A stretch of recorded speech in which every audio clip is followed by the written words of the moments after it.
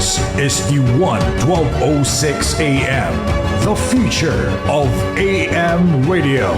A member of the kapisanan ng mga broadcaster ng Pilipinas. Ang susunod na programa ay rated PG. Patnubay at gabay ng magulang ay kailangan sa mga batang manonood.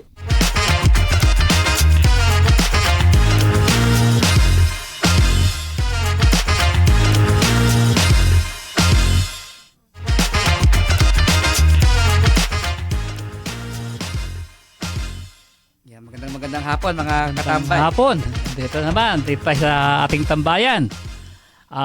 Kayo nanonood lang, no? Saan pa? Dito sa Paulitin Tambayan sa hapon, dito lang sa Barangay 1206. Ako po si Charlie Manalo, ang katambay niyong hindi na huhuli at lagi nakasubaybay sa mga kasalukuyang kaganapan. At ako naman po si Confi Manalo, ang katambay niyo na hindi nauubusan ng balita. Kaya naman ngayong araw ay samahan niyo kami sa isa na ng mga makabulhang usapan dito sa ating palatuntunan. Pag-uusapan natin ang mga mahahalagang balita na nangyari sa nagdaang mga araw. Kaya mga katambay, no? Tutok lang at huwag bibitaw dahil maya-maya lang bibigyan namin kayo ng Barangay Roundup. Mga balitang dapat nyong malaman mula nung nakaraang Merkules hanggang ngayon nga araw ng Martes. Kaya mga katambay, kung gusto niyo pang mas pakilala kami at makasama sa ating mga live shows ay i-follow niyo na ang aming social media accounts. Follow na sa Facebook namin, The One, 1206 AM, at mag-subscribe sa aming YouTube channel at The One, 1206 AM. Follow nyo rin kami sa TikTok at The One 1206 AM at sa aming Instagram at The One 1206 AM. Siyempre pa sa mga mahilig mag-tweet, nandyan din kami sa X, no? Dating Twitter, at The One 1206 AM _. Kaya mga katambay, simulan na natin ang ating Barangay Roundup. Para sa ating unang headline itong nakaraang Merkules, Marcos exposes ghost project in Baliwag, vows accountability. Ay nagpahayag si Presidente Bongbong Marcos Jr. ng galit matapos madiskubre na ang ghost project na nagkakahalaga ng 55.73 million river wall sa Baliwag, Bulacan, na sinasabing 100% completed na at fully paid pero walang nagawa trabaho. Sinabi ni Marcos na walang makitang hollow block, semento o kagamitan sa lugar at posibleng dahil ito sa sobrang daming subcontractors. Nangako siya na magpapatuloy ang investigasyon hanggang makilala at makasuhan ang mga nasa likod ng abuso. Grabe to. Actually, nakakadalawa na itong Bulacan ng strike to yan. ghost project At lumalabas nga yung diba, sa pag-inspeksyon ni Pangulong Bongbong Marcos, hindi lang mga flood control projects ang useless nung simula nung panahon nung dating administrasyong Duterte, at ngayon na nag-audit sila, hindi lang mga flood control projects yung nakikitang maanumalya, di ba? May yung sa Baguio nung nakaraang linggo, Marami yan. Marami pa yung sa Isabelang Tulay. Yung tulay, di ba? Ang nakatawa nga rito sinisisi sa kasalukuyang administrasyon. Pero may mga project na po yan nagsimula pa karamihan dyan, nagsimula ng nakaraang administrasyon. Actually, sasabihin sa COA ba yun? Yung asawa ng COA auditor? Sinabi ni contractor? Oo. Na discover, di ba, na yung palang COA auditor ay appointee ni dating Pangulong Duterte. At saka yung mga kaibigan, di yung nakakatawa, iba pa mga senador diba, si Senator Villanueva na tinatanggi niya na hindi niya kilala yung pangalan sa listahan sa Bulacan, hindi ko kilala. Samantalang meron siyang rally nung kanyang nung nakaraang kampanya na pinakilala niya yung district engineer na yon ng Bulacan na sabi niya kaibigan niya. Yun nga At mamaya tututukan natin ng mas mahabang usapin. Makakasama natin diyan si Congressman Ridon, no? Oo. At para sa ating pangalawang headline nitong nakaraang Webes, Kibuloy extradition case, DOJ na DFA received the US request. Ang nilinaw ng DFA na wala itong kinalaman sa extradition case ni Kingdom of Jesus Christ leader Apollo Kibuloy at direkta itong dumaan sa Department of Justice. Ayon kay Philippine Ambassador Jose Manuel Romualdez, noong Hunyo pa ipinasa ng US ang formal na request sa DOJ. Sa ngayon, DOJ ang magdidesisyon sa susunod na hakbang para sa posibleng paglilitis sa US ni Kibuloy. Ito. Ayan. Dati hinukay sa Davao. Ngayon, pupunta na siya ng US. At least makakapag siya, libreng biyahe. Oo nga. Wala eh. Ayaw ka lang po mag-comment kasi malapit tayong kaibigan na kasapi ng Kingdom of Jesus Christ. Pero ito kasi kaso po ito na kailangang harapin. At para naman sa ating ikatlong headline itong nakaraang Biyernes, Hontiveros pushes for 1,500 monthly pension for senior citizens. Nanawagan si Senator Risa Hontiveros ng agarang pagpapasa ng panukala na magbibigay ng 1,500 pesos monthly buwanang pensyon sa mga senior citizens dahil sa patuloy na pagtaas ng gastos sa pamumuhay at gamot. Binigyang diin niya na hindi lamang ito pinansyal na tulong kundi pagpapahalaga rin sa mga nakatatanda. Kasalukuyan itong tinatalakay sa Senate Bill 215 o Linga para kay Lolo at Lola Act. Ito, ayuda na naman, pero actually, kasi nakikita ko ito mas maraming pwedeng gawing tulong para sa mga senior. Hindi lang siguro sa ayuda. Maraming pwedeng siguro, gamot or health services siguro mas importante 'yan. Halimbawa kasi ito yung guarantee letter po nung panahon po kasi mga unang presidente, yung guarantee letter po ng mga galing sa mga politiko at sa PCSO ng mga ahensya ng gobyerno. Dati po kasama diyan covered niya yung gamot at professional fee ng mga doktor. Pag upo po ni nasirang Pangulong Noynoy Aquino, tinanggal niya po 'yan. Dahil daw po ginagamit po sa corruption. Paano po i-corrupt yan? Hindi man hinahawakan ng mga politiko yung guarantee letter.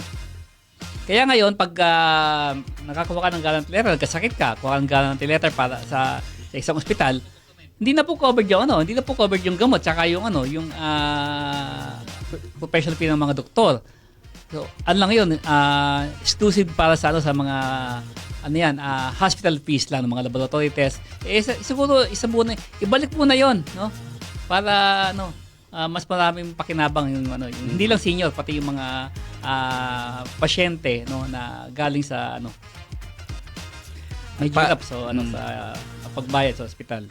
At para naman sa ating ikalimang headline nitong nakaraang linggo, kids behind bars, PNP says maybe if science agrees. Ano yan? PNP bukas. Hindi. Ano yata? Ito yung Napoles. Oo. At para mas ikapatahan itong nakaraang Sabado, Napoles hid with 55-year jail term in another pork barrel scam. Sandigan Bayan hinatulan si Janet Lim Napoles ng hanggang 55 taon na kulungan dahil sa misuse ng 7.55 million pesos PDAF ng Davao del Sur Congressman Douglas Cagas Defort. Kasama niyang nahatulan ang 3 dating opisyal ng gobyerno na pinatawan din ng habang buhay na diskwalifikasyon sa pampublikong posisyon. Ang pondo ay naitali sa mga pekeng NGO na umano'y gumawa ng mga proyekto pero ghost programs lamang pala. Ito, alam mo, nakakatawa na to kasi marami pong mga congressman at senador. O may mga senador pa diyan na-elect na ulit na convict dahil sa pork scam.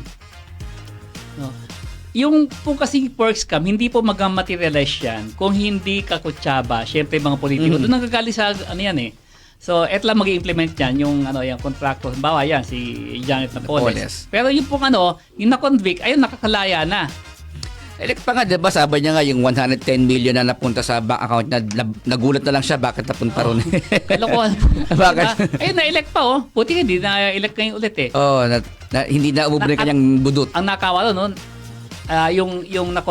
yung kanyang chief of staff namatay sa loob. Oo. Tapos ito si Janet Napoles, 7.55 million. 55 years. Ito mga ghost project billion. Ayun. Nagpapasasa sa kanilang kinita. Sana balikan to, balikan yung kaso ni Napoles. Actually, isa pang angulo diyan kasi yung pong usapin po ni Ben Harloy tsaka po ni Janet Napoles, nagsimula po yan doon sa illegal detention. Kaya po nagkaroon ng illegal detention diyan, pagkakaalam ko ay si Ben Harloy dahil natutunan niya yung patakbo sa kalakalan. So siya mismo nagtayo ng mga sariling NGO. Nagsolo. Nagsolo. Nung mabuko yan ni Janet Napoles, kinuha hinold siya, huwag ka lalabas, hindi ka, diba, hinold siya sa kondo. Huwag ka lalabas kasi iniimbestigahan niya yun kung sino-sino yung mga naging contact niya, Ang problema, nakatawag po, nakagawa ng outside contact to si Ben Harloy, nakapagsubog sa NBI. Nung malaman ng NBI na si Janet Napoles yung pumipigil sa kanya, kinasuhan ng illegal detention. At yun po ang unang kasong ikinakulong ni Janet Napoles. Sana imbestigahan din, ano din yung role ni Ben Harloy dito sa pork scam na to.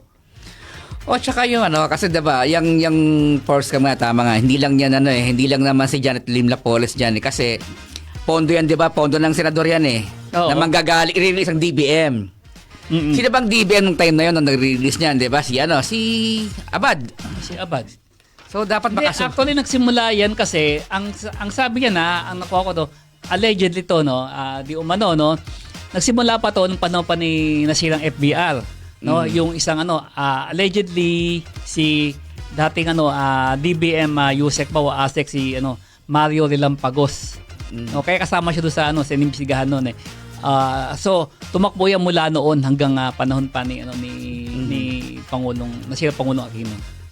Anyways, at para naman sa ating ikalimang headline, ito nga, balikan natin, kid behind bars. PNP says maybe if science agrees. PNP bukas sa pagbaba ng age of criminal liability sa 9 na taon pero dapat may batayang siyentipiko. Ayon kay PNP Chief ngayon, na-relieve siya kaninang maga, Nicolas de Torre III, maghahain sila ng posisyon sa Kongreso kapag marebisa ang juvenile justice law.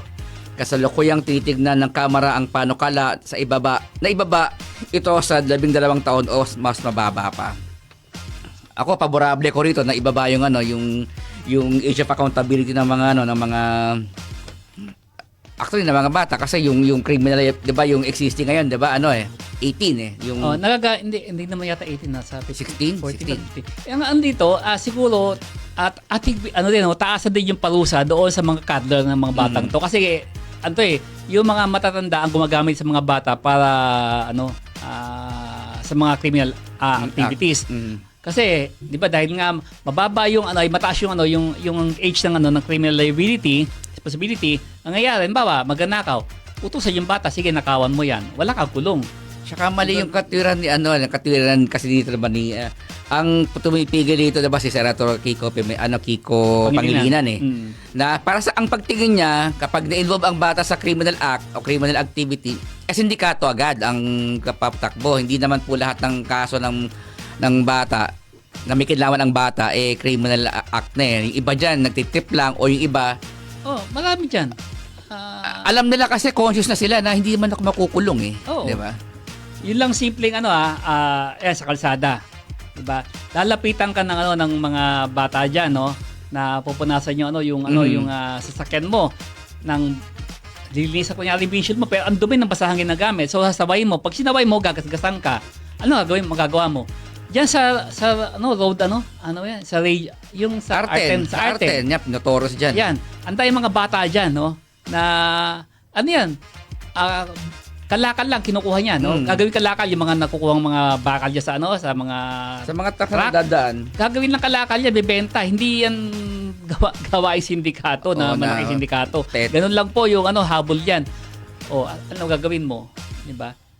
Kaya hanggang ngayon, notorious yan Hindi mga bata At para mas sa ating ika-6 na headline nitong Lunes, Bam Aquino files resolution for Senate review of DPWH flood control spending. Naghain ng resolution si Senator Bam Aquino upang suriin kung paano ginastos ng DPWH at iba pang ahensya ang mahigit na 360 billion pondo para sa flood control projects. Iginit niya na dapat na magkaroon ng mas epektibo, inobatibo at siyentipikong solusyon sa pagbaba sa tulong ng mga Pilipinong siyentipiko. Bagaman 147 trillion na ang nailaan mula noong 2009, nananatili pa rin ang mahinang drainage system at kulang sa pamamaraan laban sa pagbaha. So siguro, Senator Aquino, tumingin ka lang sa katabi mo kasi yung isang kasamang senador dyan dating, diba, dating DPWS secretary ni ng Pangulong Rodrigo Duterte na nagsilbing DPWS. Sa kanya ngayon nakikita yung mga DPWS flood control projects na yan at iba pang infrastructure projects na defective, useless at non-existent ghost projects nga yung iba Grabe, garapan tong flood control project na to. Mamaya, no? Pinakamarami yung Bulacan diba? Oo, mamaya, nandiyan din yung prime water Nandiyan din yung prime water. Tapos, isa pa yung prime water din, no? Speaking of prime water, nung panahon ni WS Secretary Villar, doon dumami yung utility contracts ng prime water nung siya yung DPWS Secretary. So, kalapitin mo lang yung katabi mo. Kaya nga. At para sa headline ngayong araw, Torre remove as PNP Chief Nartates to take over. Executive Secretary Lucas Bersamin inutusan ang pagtanggal ni General Nicolas Torre III bilang PNP Chief dahil sa issue ng pagkakaroon ng dalawang 4-star general sa hanay ng PNP. Papalit sa kanya si Lieutenant General Melencio Nartates bilang bagong hepe ng PNP. Ayon sa DILG, desisyon ito ng Pangulo upang mapanatili ang integridad ng institusyon at maiwasan ang komplikasyon sa chain of command. Ito actually hanggang hindi ko pa rin parang may mas malalim na dahilan dito hindi po natin So developing story ito, subaybayan po natin kung anong siguro sa mga susunod na araw lalabas po yung tunay na dahilan kung bakit pinalitan si General Torre. May mga lumulutang na na ugong like sinabi nga nilabas kayo na ni Senator Panfilo Lacson na he stepped out of bound daw si General Torre na dahil sa reorganization na dapat sa niya yung command positions dapat merong approval ng presidente, like yung tulad ng pagpa-reshuffle niya kay General Nartates. Sino ba diba? Napolcom, DILG, ano ba yung dito? Actually, diniscuss na ni Cosang Non Alquitran sa kanyang column. Pero meron ding umuugong na ililipat kasi may magandang plano kay General Torre na is either DPWH daw or sa NBI siya ililipat para ayusin yung yung hanay na yon. Anyway, ayan po. Yan po yung ating mga headline sa nagdaang linggo. Mamaya po, usapang KDDCs naman, tayo kasama si Manong Joe Saldarriaga. Magbabalik po ang Tambayan sa Barangay 1206. Okay, alis. Turn up the energy and let the mobile circuit take you on an electrifying ride. Every Friday night, experience the ultimate party vibe as the hottest mobile DJs light up the airwaves. Spinning non-stop hits from 10 p.m. to midnight with The Sting and DJ Yana bringing the heat. It's a show that's guaranteed to keep you moving and grooving. Only on the 1206 AM, the future of AM radio. Fake news! Laganap sa social media! Huwag basta-basta maniwala! Check the source. Totoo ba ang website? O baka naman clickbait lang? Alamin ang author. May kredibilidad ba? O peking account na gawa ng trolls? Suriin ang profile. Totoong tao ba? AI generated o troll farm lang? Maging mapanuri. Huwag magpalinlang. I-fact check bago i-share. Isang paalala mula sa IBC at the 1206 AM. Labanan ang fake news. May mga katanungan ka ba tungkol sa iyong karapatan o problemang hindi masolusyonan? Isang tawag lang at nandyan na si Attorney Bob Ferrer para umagapay sa iyo. Magbibigay boses sa iyong mga hinaing na dapat marinig. Bibigyang linaw yan dito sa Isang Tawag Ka Lang. Kasama si Attorney Bob Ferrer tuwing Lunes, 5:30 to 6:30 p.m. Dito lang sa radyo ng Bagong Pilipinas, the 1206 AM, the future of AM radio. Are you ready to get the latest sports updates, exclusive interviews? Experience the thrill of every game with the one and only Bill Velasco. Immerse yourself to the stories that shape each fleeting moment, straight from your favorite sports icons. This is Hardball with Bill Velasco. Every Monday to Friday, 11 a.m. Only here on the 1206 AM, the future of AM radio.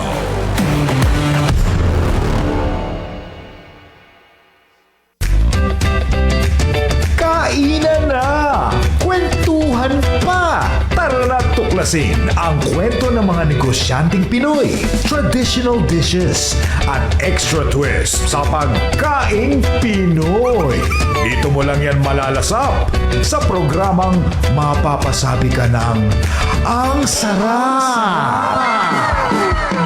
Samahan ang pambansang pantanggal umay, kaka Mark Logan.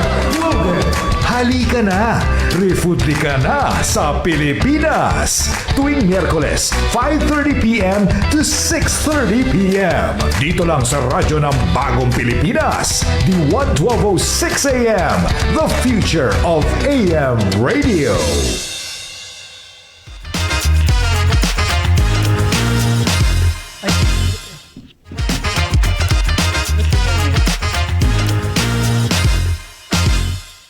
Ayan. Okay, nagbabalik po ang tambayan, no, sa Barangay 1206. Sa puntong ito, pag-uusapan naman natin ang kidney disease. So, pasok, Manong Joe.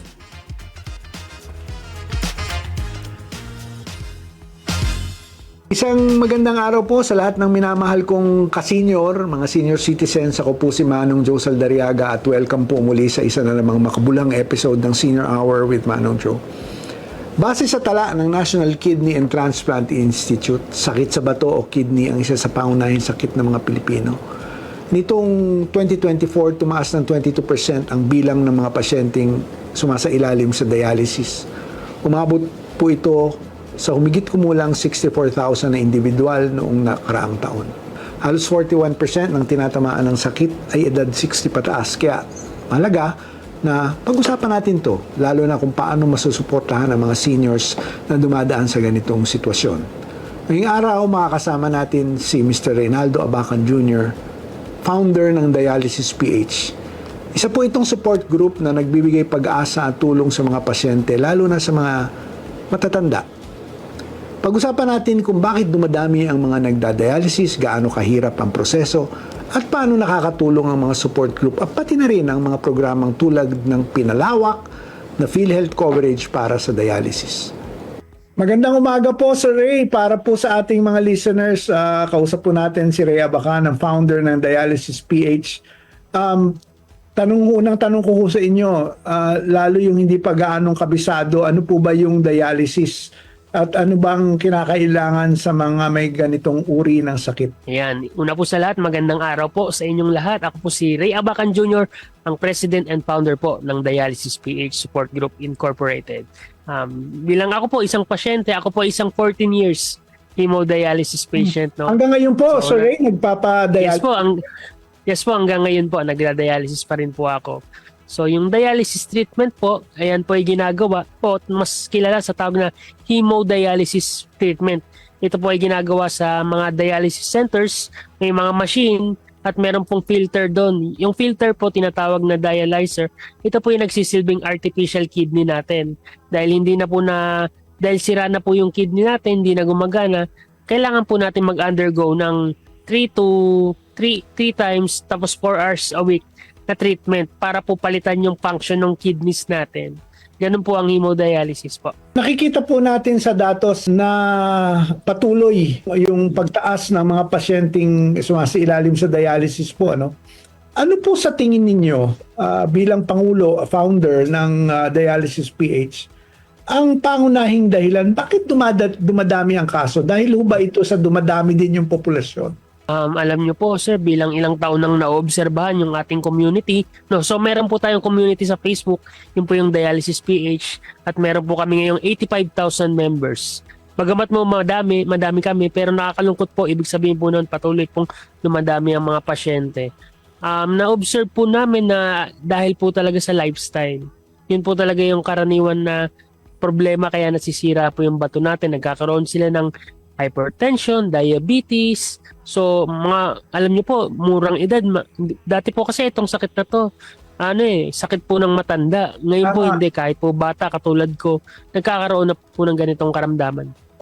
Para po sa mga senior citizens na katulad ko po, kung mamarapatin nyo, nais ko lang pong sabihin na in a few months time, actually in 4 months time, 62 years old na po ang inyong lingkod, si Manong Joe. Ano po ang unique na hamon na hinaharap ng mga senior citizens kumpara sa mga batang pasyente pag sinabi nating nagdadialysis? Habang tumatanda po tayo, syempre, ang mga katawan natin nag-deteriorate din po. Ganun po talaga pag tumatanda. Ang isa po sa pinakamahalagang magawa po natin dyan, kasi bawat taon po na dumadagdag sa atin, may percentage po na nababawasan yung function ng kidneys natin. Kaya pinakamabuti po talaga magpa-check up kayo palagi. Pag ganyan po, nire-recommend po every 6 months or once a year na urinalysis, tapos may blood test po tayong creatinine para po ma-monitor natin mabuti. Kasi yung sakit pong chronic kidney disease, hindi po siya nakikita agad-agad. Pag may sintomas na pong lumabas, karaniwan po malala na yung may nasa stage 4 na, nasa stage 3 na. Kaya ang pinakamahalaga po talaga sa atin, magpa-check up po ng maaga para ma-monitor po natin, mabantayan natin. Kasi itong sakit na ganito po, kaya po nating mapigilan kung madedetect po ng mas maaga. Sir Ray, paano ho nakakatulong ang isang support group tulad po ng Dialysis PH sa kahit pa paano, di ba, mapagaan at makatulong sa dinadaanan ng mga pasyente, lalo na dun sa aspeto ng impormasyon at moral support?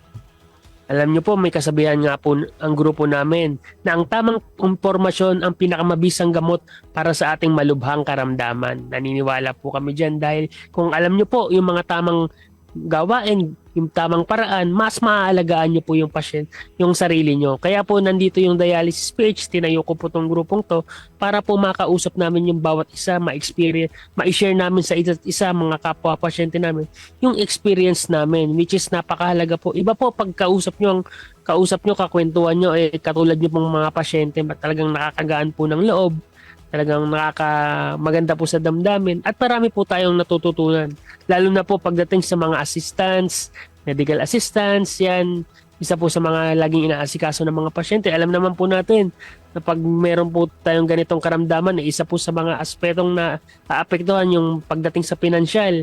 So dahil po sa mga online support group na ganito, na i-share pong mabuti yung mga tamang impormasyon, tsaka kung paano po pangalagaan yung ating sarili para mas hindi na po magkaroon ng iba pang komplikasyon. Alam mo ninyo, Sir Ray, nakakwentuhan ko kamakailan si Congressman Rodolfo Ompong Ordanes. Siya po yung representative ng Senior Citizens Party List. Nakwentuhan niya sa akin na isa siya sa mga nagtulak ng pagtaas ng coverage, no, para sa dialysis sessions. Para sa inyo, paano po nito matutulungan yung mga pasyenteng kasalukuyang sumasailalim sa dialysis? At ano pa yung gusto ninyong ipaabot sa ating mga lawmakers, gayon din sa gobyerno, kung paano ho kayo patuloy na matutulungan? Alam niyo po, napakalaking pasasalamat po namin sa ating gobyerno, lalong-lalo na po sa PhilHealth na nagbibigay po ng mga benepisyong ganito na in-improve po nila. Kasi ako po nagsimula po ako sa dialysis back 2010. ang bigay lang po ng PhilHealth noon 45. So, yun po ay kulang na kulang po talaga. Tapos marami pa pong binabayaran. Pero ngayon po, halos sagot na po lahat. Wala na pong ginagastos yung mga pasyente. Kaya mas napapahaba po yung buhay, mas naaalagaan, mas napoprovide yung mga pangangailangan, which is napaka-importante. Lalo na po, kung nabalitaan nyo po, meron na rin pong package ang PhilHealth tungkol naman po sa kidney transplant. Kasi yun po yung talagang pinakamagandang paraan para mapagaling o masabi natin mas maganda yung quality of life ng mga dialysis patient ma-kidney transplant.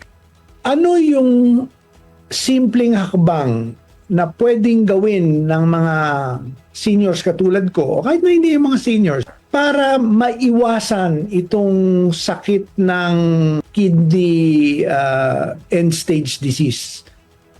Para hindi na umabot sa chronic kidney disease. Anong tips ninyo? Anong pwedeng inumin, pwedeng kainin, gawin na lifestyle, etc.? Alam niyo po, ang pinakamaganda po talaga sa atin ay magkonsulta po tayo sa mga professional, sa mga doktor.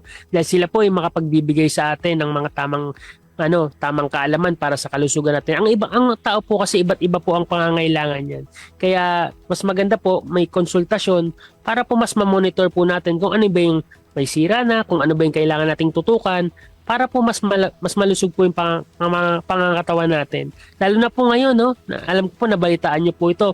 Meron po tayong tinatawag na Yaman sa Kalusugan Program o yung konsulta na mas improve po ng PhilHealth.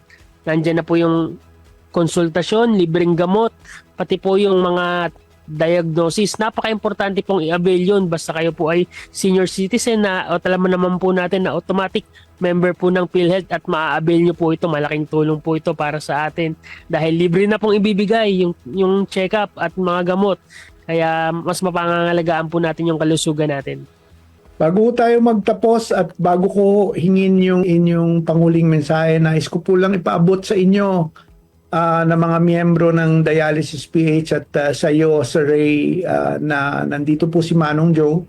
Gamitin po ninyo ang aking kaalaman sa komunikasyon. Sasali po ako sa Facebook page nyo kung mamarapatin. Thank you po. po ay sasali sa inyo kung ano man pong mga nais ninyong ipaabot sa sambayanan, particular sa pamahalaan at sa lipunan, makakaasa kayo na nasa likod nyo ko. At ako, maraming salamat po, Manong Joe. Anak ng dialysis patient for many years, ito ay dinededicate ko sa aking ina, si Mrs. Cristina Del Rosario Saldariaga, na dialysis patient, end-stage kidney disease na pumanaw na po noong June 2022. Panghuli, mensahe po ninyo, Sir Ray, at panawagan sa mga kapwa-pasyente, sa mga pamilya, sa mga senior citizens, kamukha ko, minsan ako'y pasaway, para matuloy natin o mapagpatuloy natin itong laban at huwag tayo mawala ng pag-asa sa awa ng Panginoong may kapal. Ayan. Napakahalaga po na pangalagaan po natin ang ating kalusugan dahil yan po ang tunay na kayamanan sa ating buhay.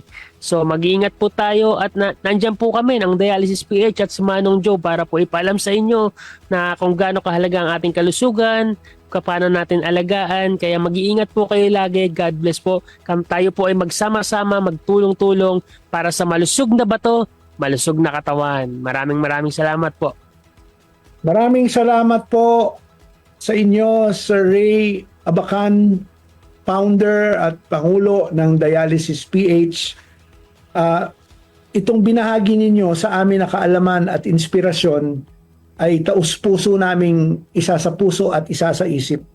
Napakalinaw po ng mensahe ninyo. Ang sakit sa bato ay hindi biro. Pero may paraan para makayanan natin ito. Andiyan ang suporta ng pamilya, andiyan ang suporta ng lipunan, andiyan ang suporta ng gobyerno at higit sa lahat, tayo mismo bilang Pilipino, harapin natin itong problemang ito. Lalo na kung may sapat na impormasyon, suporta at paggabay mula sa grupo nyo. Kaya ako ay taus-pusong nagpapasalamat sa Dialysis PH. Sa ating mga senior, tandaan, hindi natin kailangan harapin ang laban na ito na nag-iisa. We do not need to face this alone. Marami pong handang tumulong. Andyan ho si Sir Ray, andyan ho ang Dialysis PH, andyan ho ang PhilHealth, andyan ho ang pamahalaan, ang pribadong sektor, at ang pinakamahalaga sa lahat, alagaan natin ang ating kalusugan. Alam ko mahirap sabihin na huwag maging pasaway dahil marami sa mga seniors katulad ko, kung minsan naman, nagiging pasaway, pero huwag lagi.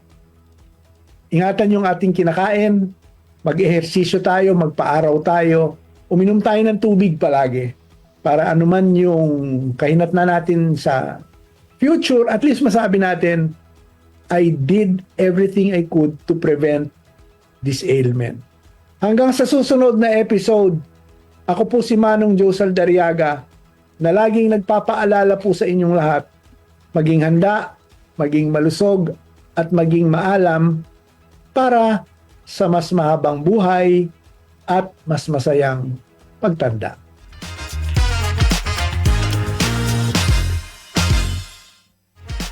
Manong Joe. Maraming salamat, Manong Joe. At ang yung si ating dialysis PH na bisita para sa Sa ngayon yung ating mga shoutout moment natin, baka sa ating mga magtapos sa ating mga taga-subaybay natin. Binabati natin si Tristan Wyatt Gulay. Good afternoon, boys. Si Cecilia Manalo Lagmay, nanonood daw siya ngayon. Si Marie Tiffany Hober, good afternoon po. Si Joan Tigno, nanonood din ngayon. Si MJ Manzano, nanonood din. Ito, marami pa Good nagpapashoutout afternoon. dito. At si Roberto Ignacio, magandang hapon, magandang maulang hapon sa inyo. Pakibati naman po ang mga kaibigan ko na sina Jose Luis Canlilas at Luis Abeleria. Salamat po mula sa Pasay. At si Romer T. Livid, happy as Tuesday again po sa lahat mula sa Muñoz, Nueva Ecija. Yung ating mga co-parents niya sa Quezon City Science High School, si Angela Curia, Gila Nachenza, Rose Quesada Rodriguez, Annabel Gaetano, Steve Sumido, ayan sila. At ito sila Dayan, Cristel Joy Cortez, si Jen, Lara Fuentes, Julia O, si Catherine Salvatore, Princess Martinez, Attorney Desi Gizon, Commissioner Bong Gizon, si Hani Luna, si Janelle Llanes, ang Bloomers Family Travel, at syempre ang ating ang buting guro ng sa Quezon City Science, si Ma'am Elizabeth Gran. Okay naman, papakilala pa muna tayo ng ating istasyon.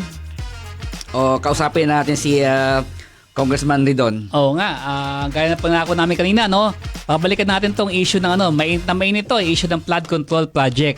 At syempre, para bigyan tayo ng mas malalim na insight o pagsusuri dito, at ating kausapin yung isa to sa sa masugid na nagsusulong para sa imbestigahan tong mga maanumalyang proyekto ng flood control project, si Bicol Saro Representative Terry Ridon.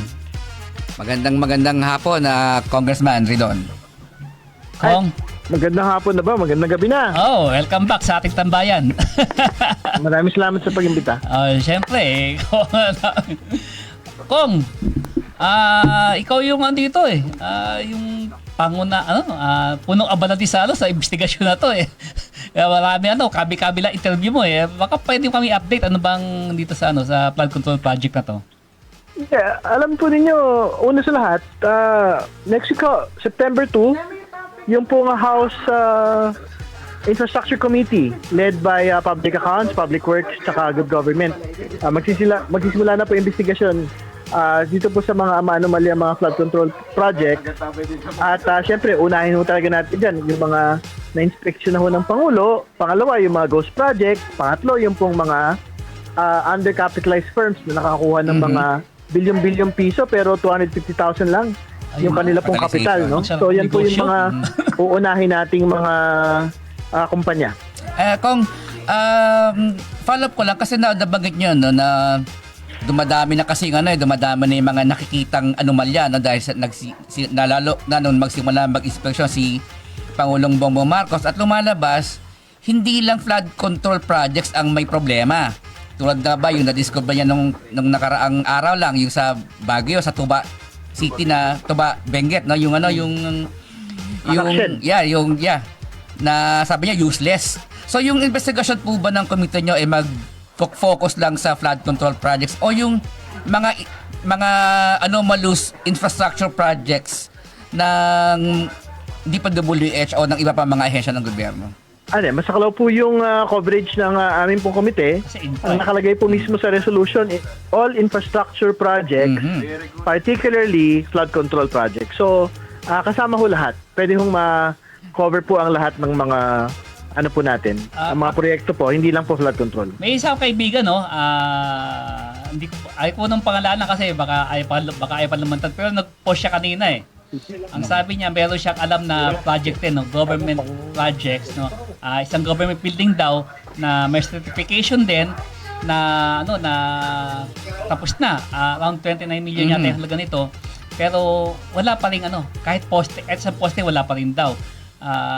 Maraming kalabasan ganyan, no. Tapos ito, nagtataka ko rito sa mainit na yung usaping anomalya sa flood control project. Meron pang isang district engineer ba to sa Batangas? Yung nagbigay kay Congressman Libiste. 360 million. Magkano yung nakakulong siya ngayon, nakakulong ngayon. Magkano yung halaga ng proyekto na yan? Hindi ko alam, baka bilyon piso yung pangako kung 320 million. 360. Yung pangako pong kickback. Yun nga, gusto kong pero ang dala lang pong pera ata nung district engineer nakuha sa kanya, pa 3 million lang, may butal pa nga eh. Yun nga, Congressman, yung bang gusto natin, sana maano natin, no, sa during the kung may makukuha natin yung district engineer na yun from Batangas na nakakulong ngayon sa Batangas PNP, na yung bang mailinaw natin kay Congressman Libiste, kung yung bang 320 million, 360 million pesos na bribe ay para lamang sa flood control project sa Batangas or collective na yon ng para sa iba pang mga proyektong malus. Hindi, baka yung lahat po ng mga proyekto sa distrito niya, yung pong mix na ho yan ng mga flood control at iba pa. I think yun po yung magiging I think sa third hearing ho siguro, sa fourth hearing po, pwede hong yan po yung mapag-usapan. Kasi syempre related ho talaga yan dun sa DPWH corruption. And if the so, bribe dapat is maisa lang po yan. If the bribe in one district is 360 million pesos already, di lalo pa yung ibang mga distrito, 'di ba? Kung pagkasama-samahin natin yung anomalyang mga infrastructure projects na yan, hindi siguro kung daang milyon baka meron di ba? Ako tanong ko rito, ganito, Kong, ang sabi, 'di ba, parang bawal daw ang contractor, bawal daw ang kandidato na tumanggap ng donasyon mula sa contractor. Tama. May naglabasan po na mga senador. At inamin nila na sila ay tumanggap sa contractor. Considering na meron tayong interparliamentary courtesy, paano pag nasangkot ang pangalan ni ganitong senador? Paano po ang handling ng TRICOM doon sa investigasyon nyo?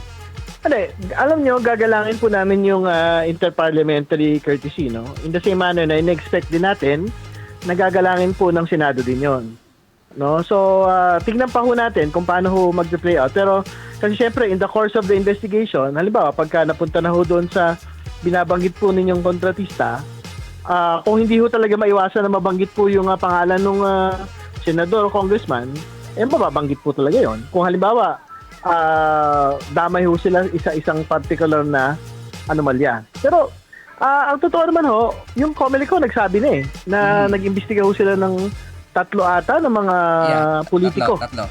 No? So, we will leave it to them kung paano ho nila i-dispose. Pero, kailangan ko lang maglinaw dito po nga sa usapin po ng campaign contributions ng mga kontratista. Kasi ang excuse daw po ay hindi naman yung kumpanya yung nagbigay. Yung tao naman daw. Pero kailangan ho natin maglinaw dun sa nagbigay. Kasi kung ang nagbigay ho, siya din mismo talaga yung muka at nagpapatakbo ng kumpanya. Tingin ko dapat biyakin ho natin yung tinatawag na separate and distinct personality ng kumpanya at ng tao.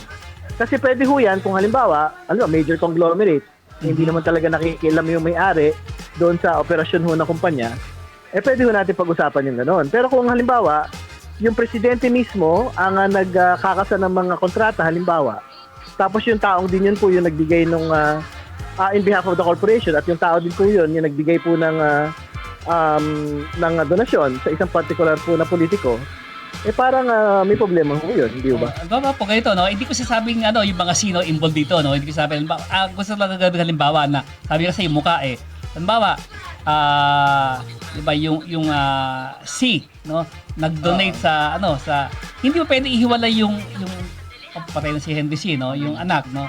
Hindi pwedeng ihiwalay yung pangalan niya doon sa mismong group of companies niya, Di ba siya yung mukha nun, Or if he's holding a key position sa sa kumpanya, di ba? Halimbawa ko lang po yun, hindi ko sabi involved dito yung mga C. Yung mga diskaya, if na involved, di ba, na siguro kung yung nagbigay, sabi nga ni Congressman Redon, is holding a key positions dun sa kumpanya at actively actively involved pa sa kumpanya, siguro yun dapat linawin, Congressman. Ano yun nga, kailangan biyakin yung na ibig sabihin, dapat walang pagkakaiba. Yung tao at yung kumpanya. Pagka ganun ho yung sitwasyon. So yan ho yung babantayan din dapat ng mga kababayan ho natin pagka yan na po yung usapan. Saka yung halimbawa, gaya po nito, halimbawa yung sa COA, diba lumabas, diba isang COA auditor ba o isang COA executive na na yung asawa niya pala contractor. Siya yung mag-audit. Parang diba, may conflict of may conflict agad interest. Hindi, mabigat ho talaga yung conflict of interest nung mag-asawa. Diyan po sa bagay na yan. Kasi tama ho kayo, kahit sabihin pa natin halimbawa na hindi resident auditor yung COA commissioner po na yan, siyempre sa dulo meron nung kapangyarihan yung COA commissioner sa mga tauhan po ng COA, hindi ba? So hindi natin maiwasan na isipin na baka ho pakialaman niya. Yung pong pagsisiyasat ng COA doon po sa ilang pong mga kontrata. Congressman, sa inyo pang siyempre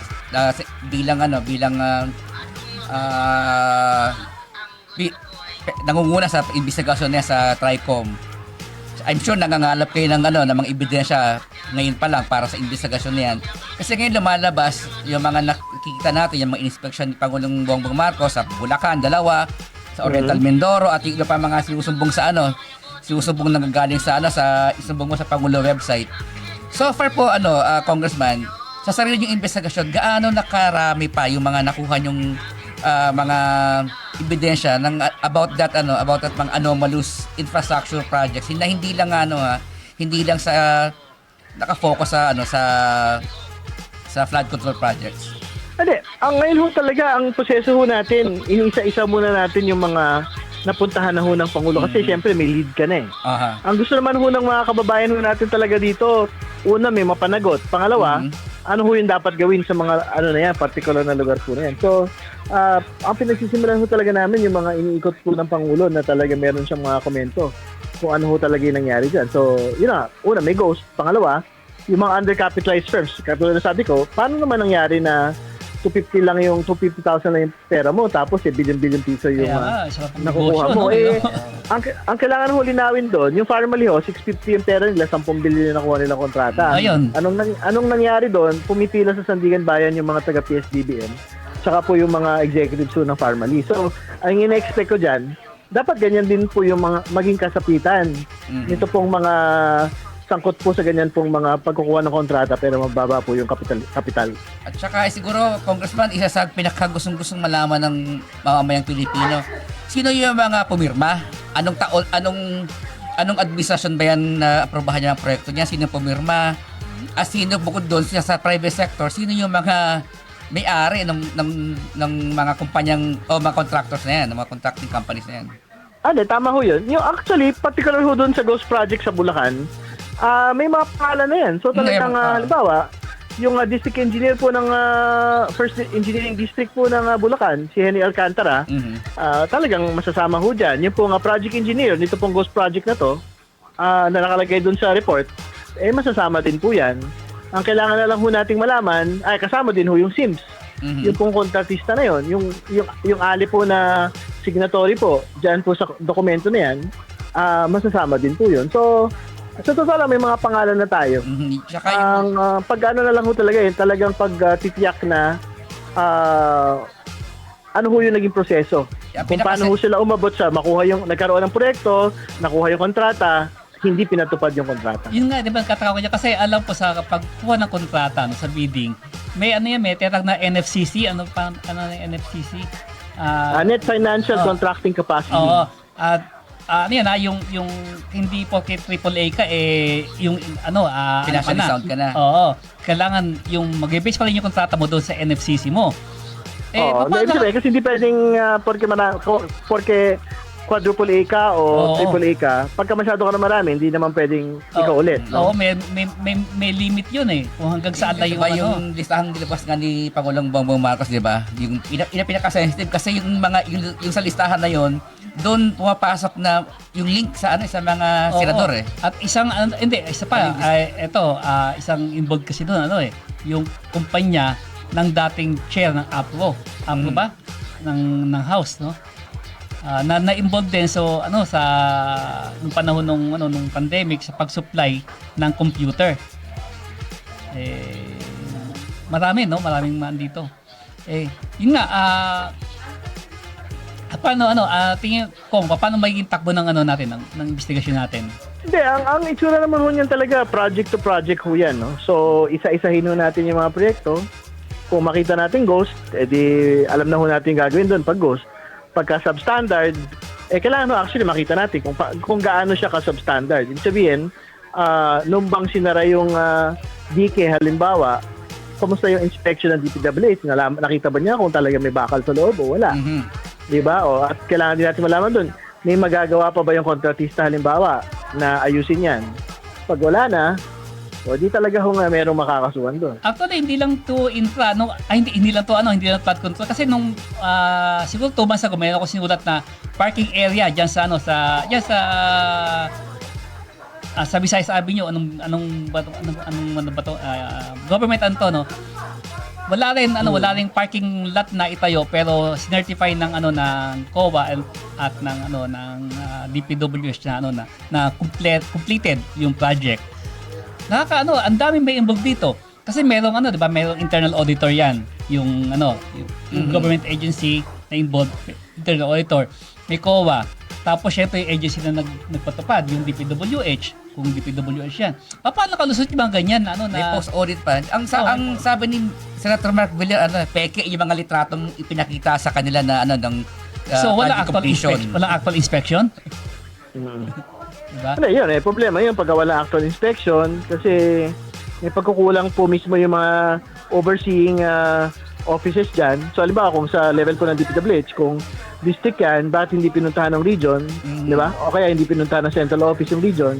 Yan yung mga ganyan, may actual na pananagutan ho yan. Kasi ang tanda ko kung nung nag-imbestiga din siguro mga panahon pa to ni Pangulong Arroyo tungkol sa mga kontrata na funded ng mga ng World Bank, IMF, ng ADB, yung mga kontraktor niyan halos yun din lang. Pero nung inimbestigahan kasi lumalabas na ito ay kondisyon para sa mga loan ng IMF, World Bank, ADB.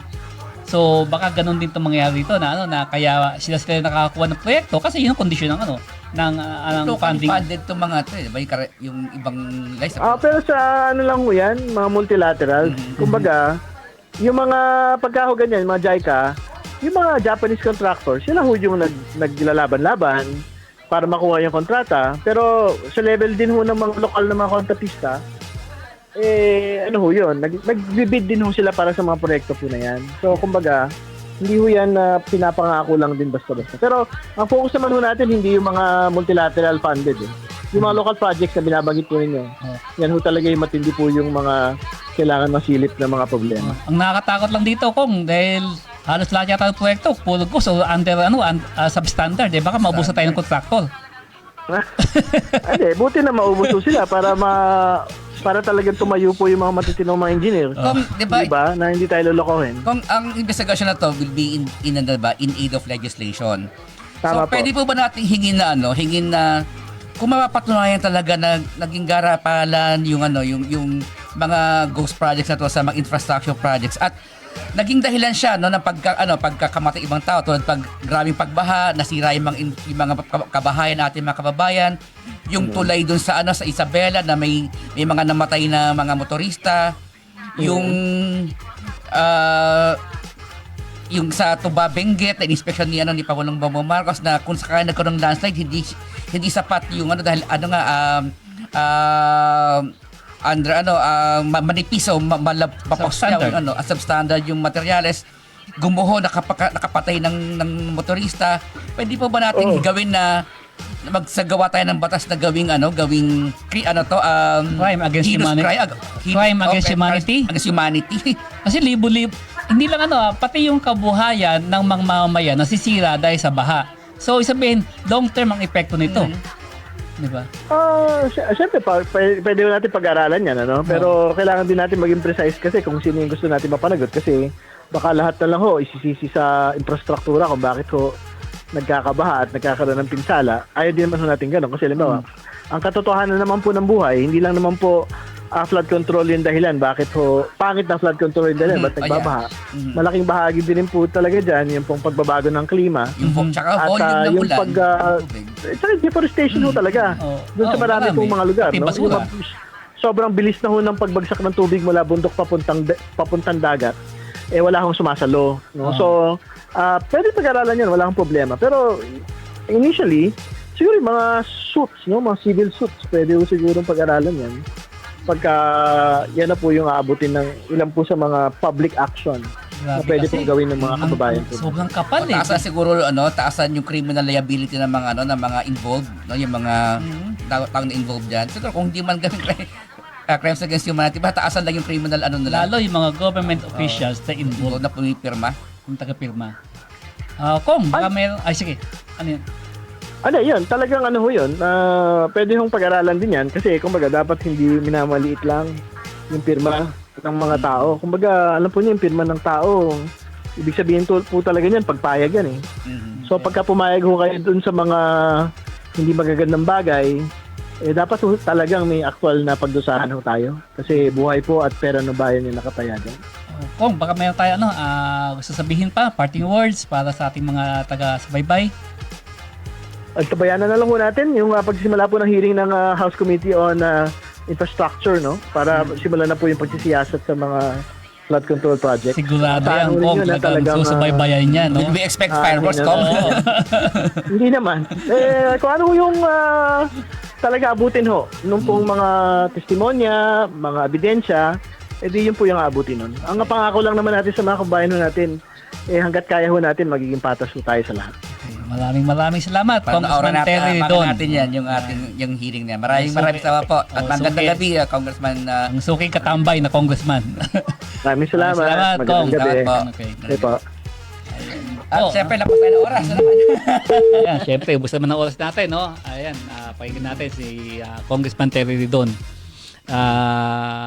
Nakakais talaga tong flood control na to, kasi yung sinisira niya, ako dati pag may mga baha, tumutulig sa baha, pinagtatagol ka pa kasi ang tagal ko naging reporter sa DPWH at ang katwira sa akin ni panahon pa ni yung hindi civilian na yung panahon ni Ramos, ang katwira niya, ang importante naman pag bumaha agad humuhupa. Sabihin, pag humuhupa, efficient yung gumagana yung flood control projects mo. Kaya lang naman dumabaha kasi pag malakas yung volume. Yung volume ng mga... yun pala, totoo palang merong katiwalaan sa mga wala palagang existing flood control projects sa mga lugar, lalo sa Bulacan, na kaya mabaha. Grabe. At magtatayo na airport dyan. At isang mo yun na gumagana yung mga dyan, ng mga palaisdaan niya, i-reclaim. So, tabunan mo yung mga palaisdaan, saan ngayon pupunta yung tubig, considering na yung flood control project mo ay hindi nag-exist. Non-existent yung mga flood control projects. Ghost projects. Anyway, wala na po tayong oras. So, dito naman nagkatapos yung ating isang oras ng hitik na impormasyong panlipunan. Magandang gabi ulit mga katambay. Kaya huwag kalimutan, i-follow at i-like ang aming social media accounts. Muli, huwag kalimutang i-follow at i-like ang aming social media accounts para updated kayo mga katambay. Facebook, The One 1206 AM, YouTube at The One 1206 AM, TikTok at Instagram at The One 1206 AM, at syempre ang Twitter namin at The One 12:06 AM _. Muli, ako po si Charlie Manalo. At ako naman po si Confi Manalo. Hanggang sa susunod na linggo, mga katambay, kita-kits! Kita-kits tayo.